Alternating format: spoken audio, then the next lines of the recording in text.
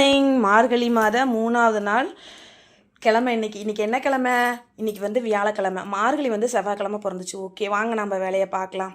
ஒரு நாள்னாச்சு 4 மணிக்கு எந்திரிக்கலாம்னா மணி 4:30 ஆயிடுது. அப்படி ஒரு தூக்கம். பனியில் குளிரெல்லாம் பார்க்கறதில்ல. நீங்கள் பிரம்ம முகூர்த்த விளக்கு வச்சுட்டு வந்தீங்கன்னா பனி வந்து தெரியவே தெரியாது, குளிரும் தெரியாது, ஒரு மாதிரி ஃப்ரெஷ்ஷாக இருக்கும். மார்கழி மாதத்தை மாதிரி ஒரு நல்ல மாதம் வருஷம் பூரா இருந்துட்டா ரொம்பவே நல்லாயிருக்கும்.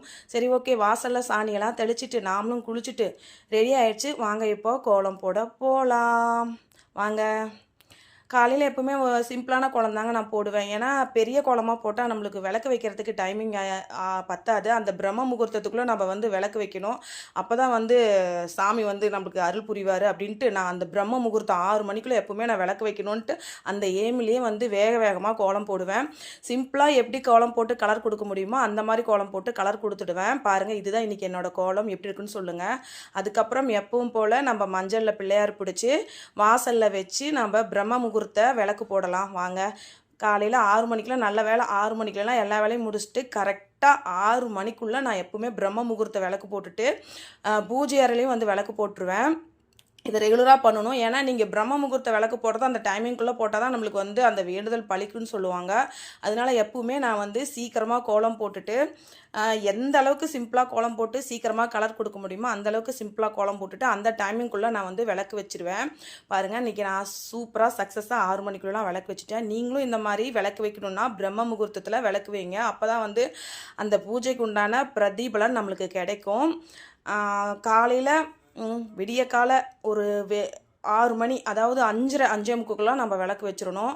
அதுக்குள்ளே விளக்கு வச்சுட்டு வெளியே விளக்கு வச்சுட்டு வந்துட்டா உள்ளே வந்து நம்ம வந்து பூஜை பண்ணணும். சாமியை வந்து வெளியிருந்து தான் உள்ளே கூட்டிகிட்டு வரணும். உள்ளே விளக்கு வச்சுட்டு வெளியே போகக்கூடாது. எப்பவுமே நீங்கள் பிரம்ம முகூர்த்த விளக்கு போட்டிங்கன்னா, அதாவது மார்கழி விளக்கு போட்டிங்கன்னா வெளியே ஃபஸ்ட்டு விளக்கு போட்டுட்டு அந்த நட்சத்திரத்தை கும்பிட்டுட்டு, அந்த விடிவெளின்னு சொல்லுவாங்க, அந்த நட்சத்திரத்தை கும்பிட்டுட்டு வீட்டுக்குள்ளே வந்து நீங்கள் எப்பவுமே விளக்கு போட்டு பூஜை பண்ணி பழகுங்க. அதுதான் நல்லது. வீட்டுக்குள்ளே விளக்கு பூஜை அறையில் வீட்டுக்குள்ளே இருக்கிற பூஜை அறையில் விளக்கு போட்டுட்டு வெளியே போயிட்டு வந்து நீங்கள் விளக்கு போடாதீங்க. வாசலில் விளக்கு போட்டுட்டு வீட்டில் உள்ள பூஜை அறைக்குள்ளே வந்து விளக்கு போடுங்க. நாங்களும் இன்றைக்கி சூப்பரமாக அந்த டைமிங்குள்ளே பிரம்ம முகூர்த்த பூஜையை முடிச்சாச்சு. நான் வந்து பூஜை ரூமில் சாமிக்கு விளக்கு போட்டு, அது நான் எப்பவுமே உப்பு தீபம் தான் போடுவேன். உப்பு தீபம் போட்டுட்டு இன்றைக்கி சூப்பராக நம்மளோட பூஜை முடிஞ்சாச்சு. நீங்களும் இந்த மாதிரி பிரம்ம முகூர்த்த விளக்கு போட்டிங்கன்னா மறக்காமல் என் கமெண்டில் சொல்லுங்கள். லாஸ்ட்டாக ஃபைனல் டச் வந்து ஒரு காஃபியை குடிச்சிட்டு இனிதே நம்ம வேலையை ஆரம்பிக்க போகிறோம். இந்த வீடியோ இவ்வளோ நேரம் பார்த்ததுக்கு நன்றி. பிடிச்சிருந்தா லைக் பண்ணி ஷேர் பண்ணிக்கோங்க, சப்ஸ்கிரைப் பண்ணிக்கோங்க. Okay, bye, have a nice day.